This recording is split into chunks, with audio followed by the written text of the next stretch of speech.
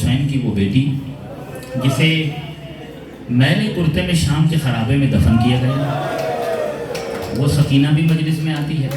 سکینہ، زینب، بطول، یہ 3 بیویاں ہر مجلس میں ہوتی ہیں، پرسہ لینے کے لیے آتی ہیں، ٹھیک ہے۔ آج ایک چوتھی بیوی کا بھی اضافہ ہوگا۔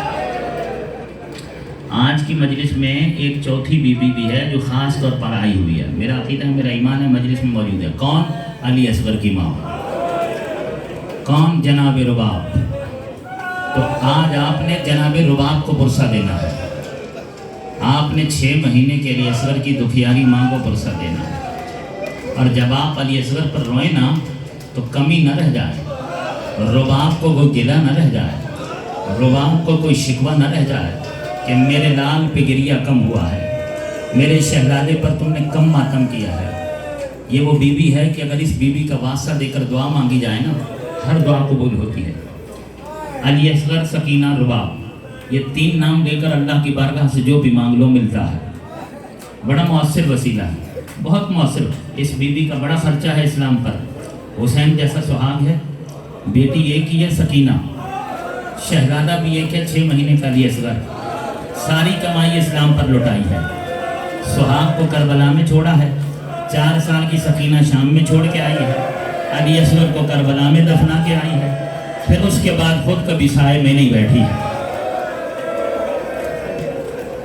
اجرکم اللہ، جزاکم ربک۔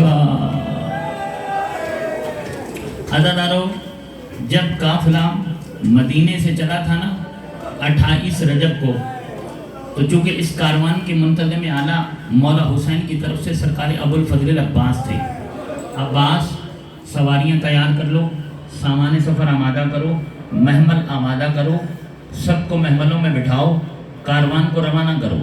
حضرت عباس نے سارے انتظامات کر دیے، سواریاں باہر آمادہ ہو گئیں، سامان سفر باہر آ چکا، روانگی کا وقت ہو چکا، انتظار کیا جا رہا ہے کہ بیویاں باہر آئیں۔ جب تھوڑی سی دیر ہو گئی، بیویاں نہیں آئیں، تو مولا حسین نے پوچھا کہ عباس، کاروان کی روانگی کا وقت ہو گیا ہے، یہ تاخیر کیوں ہو رہی ہے؟ وجہ کیا ہے؟ کیوں دیر ہو رہی ہے؟ تو کسی نے بتایا کہ فاطمہ صغریٰ ہر بیوی سے مل رہی تھی۔ صغریٰ جسے حسین مدینے میں چھوڑ کر آ رہے تھے، حسین کی ماں کی شکل والی بیٹی جسے حسین مدینے میں چھوڑ کر آ رہے تھے، ہر بیوی سے مل رہی تھی، اور پھر آخر میں جب ملی ہے نا علی اصغر سے، تو علی اصغر کو لیا ہے گود میں، سینے سے لگایا ہے، بچے سے صغریٰ نے پیار کیا ہے، پھر صغریٰ نے اپنا منہ اصغر کے کان کے ساتھ لگا کے کچھ باتیں کی ہیں، اور پھر کہا دیکھ اصغر، اپنی بہن کے پاس رک جا، میں تیرے ناز اٹھاؤں گی، تجھے کھلاؤں گی، بہن بھائی دونوں مدینے میں مل کر رہیں گے، سب جا رہے ہیں، میرے پاس کوئی نہیں ہے، اصغر تو میرے پاس رک جا۔ صغریٰ نے اصغر سے کہا، اصغر نے کہا ٹھیک ہے باجی، میں آپ کے ساتھ رہوں گا، میں آپ کے پاس رکوں گا۔ اب اصغر کو لینے کی ہر بیوی آ رہی ہے، ہر بیوی باری باری آئی، اصغر جو ہے وہ صغریٰ کی گود چھوڑنے کے لیے تیار نہیں ہے، یہاں تک کہ جناب زینب عالیہ آئی، اصغر کو بلایا، اصغر صغریٰ کی گود چھوڑنے کے لیے تیار نہیں، جناب رباب آ گئی، شہزادے علی اصغر کی حقیقی ماں آ گئی، علی اصغر صغریٰ کی گود چھوڑنے کے لیے تیار نہیں ہے۔ جب مولا حسین کو یہ بتایا گیا کہ اس وجہ سے تاخیر ہو رہی ہے، مولا حسین اندر تشریف لائے۔ جب وہ اندر آئے تو حسین مولا صغریٰ سے کہتے ہیں کہ صغریٰ، مجھے اصغر کے کان میں ایک بات کہنے دے، اس کے بعد پھر علی اصغر کی مرضی ہے، اگر تیرے پاس رکتا ہے تو روک لینا، میں کچھ نہیں کہوں گا۔ مولا حسین اپنے دہنے ادھر کو بچے کے کان کے قریب لے گئے، کوئی بات علی اصغر کے کان میں کہی ہے، بچہ ہمک کے باپ کے پاس آ گیا، جلدی سے آ گیا ہے بچہ، اور اس کے بعد علی اصغر نے خدا حافظ کہا صغریٰ کو، اور حسین مولا نے بھی صغریٰ کے سر پہ ہاتھ رکھا، رخصت ہوئے، بیویاں سواریوں میں بیٹھی، کاروان چل پڑا۔ کسی نے پوچھا تھا مولا حسین سے کہ آپ نے بچے کے کان میں کیا کہا تھا؟ کہا میں نے صرف بچے کو بچے کا وعدہ یاد دلایا تھا، میں نے صرف اتنا کہا تھا کہ علی اصغر تمہارے بغیر کربلا کا صفحہ مکمل نہیں ہوتا، تمہارے بغیر کربلا کے 72 مکمل نہیں ہوتے۔ علی اصغر آ گئے، کاروان روانہ ہو گیا، پہنچ گئے کربلا، اور آ گئی شب عاشور۔ کل میں نے زینب عالیہ کے شہزادوں کے جب میں نے مصائب پڑھے ہیں تو میں نے عرض کیا تھا کہ شب عاشور آدھی رات کے وقت مولا حسین نکلے ہیں اپنے خیمے سے، اصحاب کے خیموں میں گئے، پھر بطول زادیوں کے خیموں میں بھی گئے۔ جب مولا حسین بیویوں کے خیموں میں گئے تو مولا حسین نے کیا منظر دیکھا؟ منظر یہ دیکھا کہ ہر ماں اپنے اپنے خیمے میں اپنی اپنی قربانی کو لے کر بیٹھی ہوئی ہے، اور کل یعنی عاشور کے دن کے لیے اپنی قربانی کو تیار کر رہی ہے۔ یعنی کسی خیمے میں ام فروا قاسم کو لے کر بیٹھی ہوئی ہے، کسی خیمے میں ام لیلہ علی اکبر کو لے کے بیٹھی ہوئی ہے، کسی خیمے میں زینب اون محمد کو لے کر بیٹھی ہوئی ہے، اور ہر بیوی کل کے دن کے لیے جو اپنی قربانی ہے اسے تیار کر رہی ہے۔ ہر بیوی اپنے لخت جگر سے کہتی ہے کہ کل عاشور کا دن ہوگا، کل جہاد کا دن ہوگا، کل میدان میں اترنے کا دن ہوگا، تم نے سب سے پہلے جانا ہے، بڑھ بڑھ کر حملے کرنے ہیں، اللہ کے دین پر قربان ہو جانا ہے، فاطمہ کے لات پر نثار ہو جانا ہے۔ ہر بیوی اپنے بچوں کو جہاد کا جذبہ دلا رہی ہے، شہادت کا شوق دلا رہی ہے، ہر بیوی ہر ماں یہی کہہ رہی ہے۔ مولا حسین نے یہ منظر دیکھا، ایک بیوی، دوسری بیوی، تیسری بیوی، یہی دیکھتے دیکھتے جب رباب کے خیمے میں پہنچے مولا حسین تو کیا دیکھا کہ خیمے کے کونے میں قنات کے اوپر اپنی پیشانی رکھی ہوئی ہے رباب نے، اور رباب رو رہی ہے، بین بلند ہو رہے ہیں، اور رباب کہتی ہے ہائے میرا مقدر۔ ویسے تو یہ بیوی بہت خوش قسمت ہے کہ علی و بطول کی بہو ہے، حسین کی اہلیہ ہے، خاندان آل محمد کا حصہ ہے، اس اعتبار سے بہت سعادت مند ہے، لیکن شب عاشور کہتی ہے ہائے میرا مقدر۔ حسین کہتے ہیں رباب خیریت ہے؟ کیوں اس طرح کے بیان کر رہی ہو؟ کہا اس لیے کہ کل ہر ماں اپنی قربانی پیش کرے گی، اور فاطمہ زہرا کے سامنے سرخرو ہو جائے گی، رسول زادی کے سامنے سرخرو ہو جائے گی۔ میرے پاس کوئی قربانی نہیں ہے جو کل کے دن میں پیش کر سکوں، اے کاش میرا بھی کوئی جوان بیٹا ہوتا، کل کے دن میدان جہاد میں اترتا، آپ پر نثار ہو جاتا۔ میری تو کل 2 اولادیں ہیں، ایک میری بیٹی ہے سکینہ جو 4 سال کی ہے، بیٹیاں جاتی نہیں ہیں میدانوں میں، بچہ میرا اتنا چھوٹا ہے جو گھٹنیوں کے بل بھی نہیں چل سکتا ہے، تو میں کل اس سعادت سے محروم رہوں گی۔ دکھ ہے رباب کو کہ میں کل اس سعادت سے محروم رہوں گی۔ حسین مولا کہتے ہیں کہ نہیں، انشاءاللہ کل کا دن آنے دو، پھر دیکھا جائے گا، کل کے دن کو ابھی سے یاد کر کے اتنا ڈرو، کل کا جب دن آئے گا تو کل کے معاملات کو کل دیکھیں گے۔ یہ کہہ کر مولا روانہ ہو گئے۔ عاشور کا دن آ گیا، ساری تفصیلات کو میں چھوڑ رہا ہوں۔ عاشور کا دن آیا تو اصحاب پہلے آئے، کہا مولا ہمارے ہوتے ہوئے تو کوئی ہاشمی نہیں جائے گا۔ اصحاب شہید ہو گئے، مولا نے ان کے لاشیں اٹھائے گنج شہیدہ میں رکھ دیے۔ ہاشمی بھی اپنی اپنی باری پر جاتے رہے۔ سہ پہر کا وقت تھا، ظہر سے کچھ بعد، عصر کے کچھ قریب، ظہر اور عصر کے درمیان سہ پہر کا وقت تھا جب حسین اپنے خیمے سے باہر نکلے اور ایک بلند ٹیلے پر جا کر کھڑے ہو گئے۔ ہاں، ایک بلند ٹیلا تھا، مولا حسین اس ٹیلے پر جا کر کھڑے ہوئے، اور فاطمہ کے لال نے ایک استغاثہ بلند کیا ہے۔ کیا کہتے ہیں؟ کہتے ہیں حل من ناصر ینصرنا، حل من ناصر ینصرنا، ہائے کوئی جو مجھ بے کس کی مدد کرے، ہائے کوئی جو مجھ پردیسی کی مدد کرے، ہائے کوئی جو مجھ غریب کی مدد کرے۔ عزادارو، اس استغاثے کا بلند ہونا تھا یا سیدانیوں کے خیمے کے اندر ایک کوہرام وبا ہوا، بیویوں نے رونا شروع کیا، رباب کے خیمے کے اندر علی اصغر نے تڑپنا شروع کیا۔ شاید علی اصغر یہی کہنا چاہتا ہو کہ ابھی حیدر کرار کا ایک پوتا باقی ہے۔ علی اصغر کے ہوتے ہوئے کن غیروں سے مدد مانگنے کے لیے چلے گئے ہیں بابا؟ جا کر کوئی میرے بابا کو بتائے تو صحیح کہ ابھی آپ کی نصرت کے لیے علی اصغر باقی ہے۔ یہی کچھ سمجھ آتا ہے۔ علی اصغر اس وقت جو کچھ کر رہے تھے ان کے حالات سے یہی گفتگو سمجھ میں آتی ہے۔ حسین مولا نے استغاثہ بلند کیا، ٹیلے سے نیچے اترے، سیدانیوں کے خیموں میں گئے، بطول زادیوں کے خیموں میں جا کر ایک ایک بیوی کو بلایا اور کہا اس طرح نہ رہو، اور سب سے بعد میں نام لیا اپنی بہن کا اور کہا بہن زینب خود بھی صبر کرو اور ان سب کو بھی صبر کی تلقین کرو، ابھی تو میں زندہ ہوں، ابھی میں مرا تو نہیں ہوں، اتنے بہن بلند نہیں کرو، اتنا اونچی آواز میں نہیں رہو، تمہارے رونے کی آواز مجھ تک آ رہی تھی۔ یہ کہتے ہوئے آگے بڑھے، رباب کے خیمے تک پہنچے، کہا رباب دیکھ ساری قربانیاں دے چکا ہوں، استغاثہ حجت تمام کرنے کے لیے میں نے بلند کیا تھا، اور اب میں رخصت آخر لینے کے لیے آیا ہوں، جا رہا ہوں، میری باری ہے، اور اب میں خود میدان میں اترنے جا رہا ہوں۔ جناب رباب کہتی ہیں مولا آپ آقا ہیں، آپ امام ہیں، آپ سردار ہیں، میں آپ کو منع نہیں کر سکتی، نہ کوئی مشورہ دے سکتی ہوں، آپ جا سکتے ہیں، اور یقیناً جب آپ جائیں گے آپ جنگ لڑیں گے، کچھ دیر کے بعد آپ بھی شہید ہو جائیں گے۔ اب ہمارے اصحاب انصار شہید ہو چکے، ہمارے ہاشمی مرد جو تھے وہ شہید ہو چکے، آپ بھی شہید ہو جائیں گے۔ اس کے بعد کوئی مرد ایسا نہیں ہے کہ جو ہماری مشکل میں ہم کسی مرد سے کہہ سکیں ہمارے گھر کا کوئی مرد نہیں ہوگا۔ ایک سجاد ہوگا تو وہ اتنا بیمار ہے جو پہلو بدل نہیں سکتا۔ جناب رباب کہتی ہیں کہ ایک زحمت دینا چاہتی تھی کہ آپ میدان میں اترنے سے پہلے ایک تکلیف کا اگر کر سکیں، کیا؟ اگر ہو سکے تو علی اصغر کے لیے ایک گھونٹ پانی کی سبیل کر جائیں، اگر ہو سکے تو علی اصغر کے لیے ایک گھونٹ پانی کی سبیل کر جائیں، اس لیے کہ علی اصغر ہے 3 دن کا پیاسا، میرا دودھ خشک ہو چکا ہے، بچہ تڑپ رہا ہے جھولے میں ماہی بے آب کی طرح، جس طرح پانی کے بغیر مچھلی تڑپتی ہے اس طرح علی اصغر تڑپ رہا۔ علی اصغر کے لیے ایک گھونٹ پانی تو چاہیے، زیادہ پانی نہیں چاہیے، اس لیے کہ آپ بھی شہید ہو جائیں گے تو میں کس سے کہوں گی کہ میرا اصغر پیاسا ہے، میں کس سے کہوں گی کہ مجھے علی اصغر کے لیے پانی چاہیے۔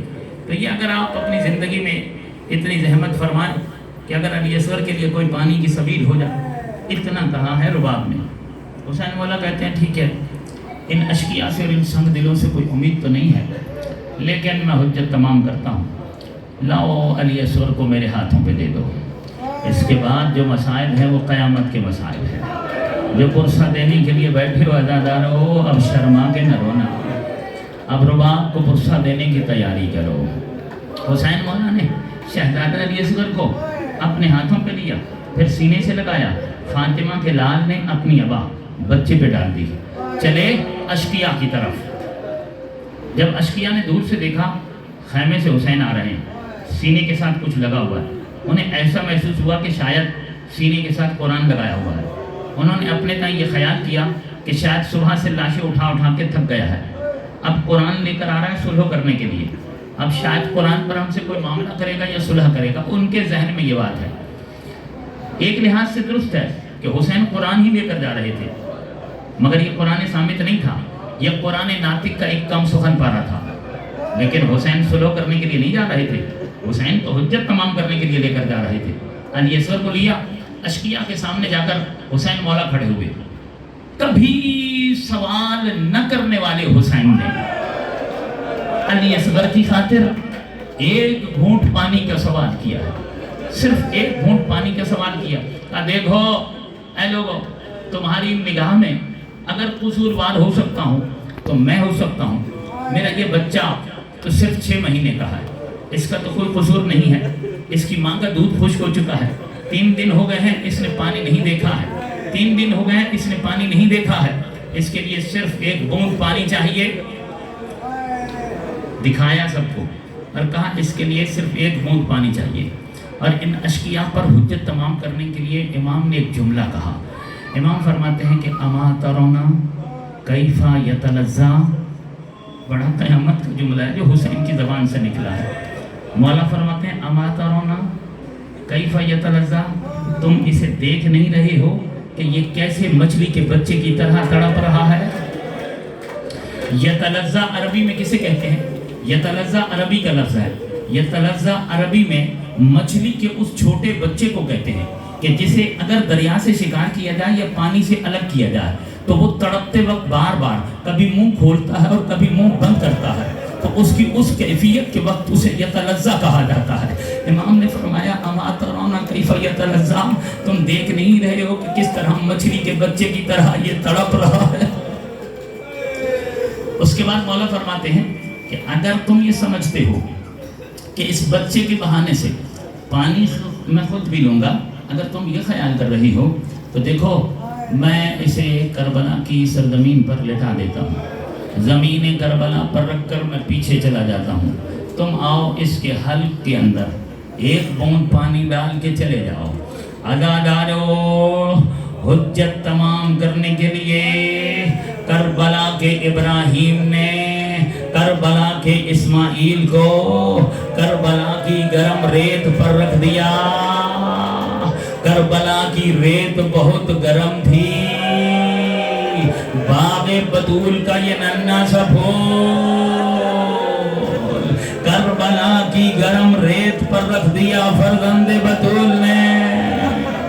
باغ زہرا کی یہ ننھی سی کلی کربلا کی تپتی ہوئی مٹی پر رکھ دی گئی. حسین پیچھے ہٹ گئے. آ جاؤ خود پانی کی ایک بوند ڈال دو. بچہ تڑپتا بھی رہا, زمین پر ایڑیاں رگڑتا بھی رہا, کسی کو رحم نہ آیا. فاطمہ کا لال پلٹ کے آیا, علی اصغر کو اٹھایا. اب جو منظر تھا انتہائی دردناک منظر تھا. اب کا جو منظر تھا قیامت کا منظر تھا. حسین مولا نے بچے کو یوں اٹھایا, اشقیاء کے سامنے لہرانا شروع کیا اور کہا دیکھو یہ میرا بچہ ہے, یہ صرف 6 مہینے کا ہے, یہ 3 دن کا پیاسا ہے, اس کے لیے 1 گھونٹ پانی چاہیے. حسین ان سپاہیوں سے علی اصغر کے لیے پانی مانگ رہے تھے. کل ان سپاہیوں کے گھوڑوں کو بھی حسین نے پانی پلایا تھا. عزادارو, راوی کہتا ہے کہ جب بچے کو ہاتھ پہ بلند کر کے لہرایا اور حسین مولا نے اس کیفیت کے ساتھ کہا کہ یہ میرا بچہ ہے, تو یہ وہ دردناک منظر تھا کہ فوج یزید کے جو سنگدل سپاہی تھے ان کی آنکھوں میں بھی آنسو آ گئے, بلکہ ان سپاہیوں کے جو گھوڑے تھے ان کی آنکھوں میں بھی آنسو آ گئے. یہاں پسر سعد کو جو یزید کی فوج کا کمانڈر تھا اسے خطرہ لاحق ہوا کہ کہیں میری فوج میں بغاوت نہ ہو جائے. یہ جلدی سے حرملہ کاہلی کے پاس آیا اور حرملہ سے کہتا ہے کہ تو ہے سب سے بڑا تیر انداز, تیرا تیر کبھی خطا نہیں جاتا ہے. اقطاع کلام الحسین, جلدی سے کمان میں تیر کو جوڑ دے اور فوری طور پر حسین کے کلام کو قطع کر دے, کہیں ایسا نہ ہو کہ میری فوج میں بغاوت ہو جائے. اس ظالم نے کیا کیا, حرملہ نے کیا کیا, اس نے وہ تیروں کا جو درکش تھا اسے کھولا. سامنے پڑے ہوئے تھے تیر, ایک بھال والا تیر سامنے آیا, اس نے اٹھایا ایک طرف رکھ دیا. پھر 2 بھال والا تیر وہ بھی اٹھایا ایک طرف رکھ دیا. اس نے نیچے سے نکالا 3 بھال کا تیر. سنو گے جملہ ایک بھال کا تیر, ہاں اسی طرح رو, یہی حق ہے پرسہ دینے کا. ماتم کر کے رو, سر پیٹ کے رو, سینہ پیٹ کے رو, آپ کو پرسہ دینا ہے. ادانارو کیا فرق ہوتا ہے ایک بھال کے تیر میں, 2 بھال کے تیر میں اور 3 بھال کے تیر میں؟ اگر کسی بڑے جوان مرد کی گردن کاٹنی ہو تو 1 بھال کا تیر مارا جاتا تھا, اور اگر گھوڑے کی گردن کاٹنی ہو تو 2 بھال کا تیر مارا جاتا تھا, اور اگر کوئی مضبوط درخت یا دیوار 2 لخت کرنی ہو تو 3 بھال کا تیر مارا جاتا تھا. ارے سامنے بچہ تو صرف 6 مہینے کا تھا, حرملہ کے ہاتھ میں جو تیر تھا وہ 3 بھال کا تھا. اس ظالم نے تیر چھوڑنے کے لیے تیر کو کمان میں جوڑا.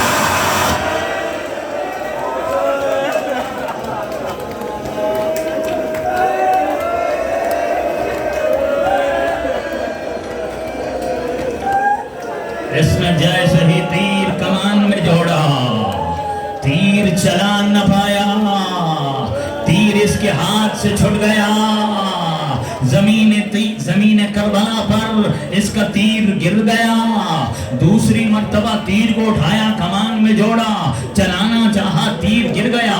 پسر سعد کہتا ہے ایسی کیفیت تو تیری کبھی بھی نہیں ہوئی ہے, تو بہت بڑا بہادر ہے, بہت بڑا تیر انداز ہے. یہ کیا ہو رہا ہے؟ میں دیکھ رہا ہوں کہ تیرے ہاتھ سے بار بار تیر چھوٹ جاتا ہے. کہتے ہیں ارے میں کیا کروں, جب میں بچے کے گلے کو تیر کے نشانے پہ لیتا ہوں نا تو پیچھے جو خیمہ ہے اس خیمے کا پردہ ہٹتا ہے. کوئی کالے برقعے والی بیوی چیخ مار کے کہتی ہے ارے نواب میرا بچہ صرف 6 مہینے کا ہے.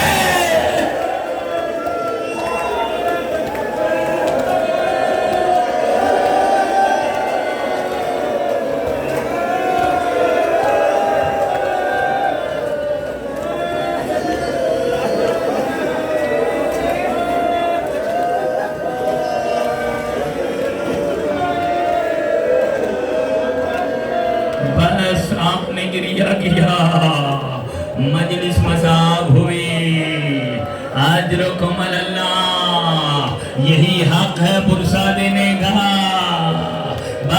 بس آیت کی آخری منزل لے رہا ہوں۔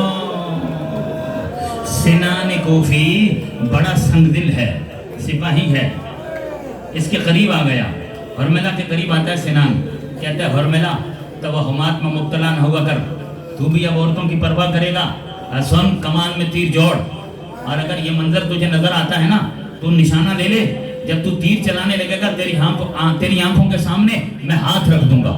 اس سنان کوفی نے یہی کیا ہے کہ جب اس نے نشانے پہ لے لیا بچے کے گلے کو، اس نے آنکھوں کے سامنے ہاتھ کھڑے کر دیے، اس نے تیر چلا دیا، 3 بھال کا تیر چلا، ارے بچہ صرف 6 مہینے کا تھا، علی اصغر کا گلا چھڑا، تیر نے بچے کے گلے کو چھید کر حسین کے بازو سے تیر پار ہوا، خون کا ایک فوارہ اٹھا، میرے مولا حسین نے خون کو اپنے ہاتھوں پہ لیا، اب چاہا کہ خون کو آسمان کی طرف پھینک دو، آسمان نے کہا اے صاحب لولاک کے نواسے، اگر یہ خون میری طرف آیا آپ کے نانا کی امت بارش سے محروم ہو جائے گی، قیامت تک بارش نہ کر سکوں گا۔ جب زمین پر پھینکنا چاہا تو زمین نے کہا اے ابو تراب کے بیٹے، اگر علی اصغر کا خون میرے سینے پہ آ گیا نا آپ کے نانا کی امت غلے سے محروم ہو جائے گی۔ حسین رو کے کہتے ہیں نہیں نہیں، میرے نانا کی امت کو بارش کا پانی بھی ملے، غلہ بھی ملے، کوئی بات نہیں، میں اس خون کو اپنے چہرے پہ مل لوں گا۔ حسین نے خون کو اپنے چہرے پہ ملا، فاطمہ کے لال نے اپنے ہاتھوں کو سوئے آسمان بلند کیا اور کہا اے میرے خدایا گواہ رہنا، میں نے اپنے 6 مہینے کے بچے کو تیرے دین پہ قربان کر دیا، اب آخری امتحان ہے حسین کا۔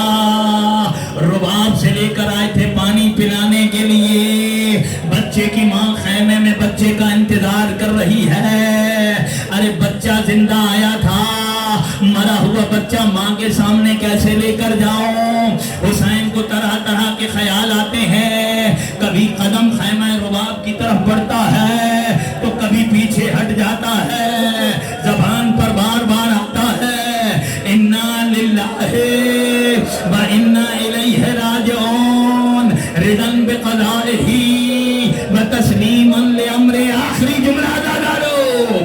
حسین یہ کہتے ہوئے کبھی آگے جاتے ہیں کبھی پیچھے آتے ہیں، اسی لیے اعمال عاشور میں آپ یہ عمل کرتے ہیں، آخری فیصلہ حسین کا، ایک مرتبہ لے کر جاؤں گا، ماں کو دکھاؤں گا، رباب خیمے کے پردے کے پیچھے بچے کا انتظار کر رہی ہے، حسین نے علی اصغر پہ آواز ڈالی چلے خیمہ رباب کی طرف، رباب سے پہلے سکینہ باہر آئی کیونکہ علی اصغر آبا کے نیچے تھا، بچی نے سمجھا شاید میرا بھائی پانی پی کے آ گیا، بچی نے ننھے ننھے ہاتھ جوڑے، کہا بابا اگر علی اصغر کو پانی پلا لیا تو میں بھی 3 دن کی پیاسی ہوں، مجھے بھی پانی پلا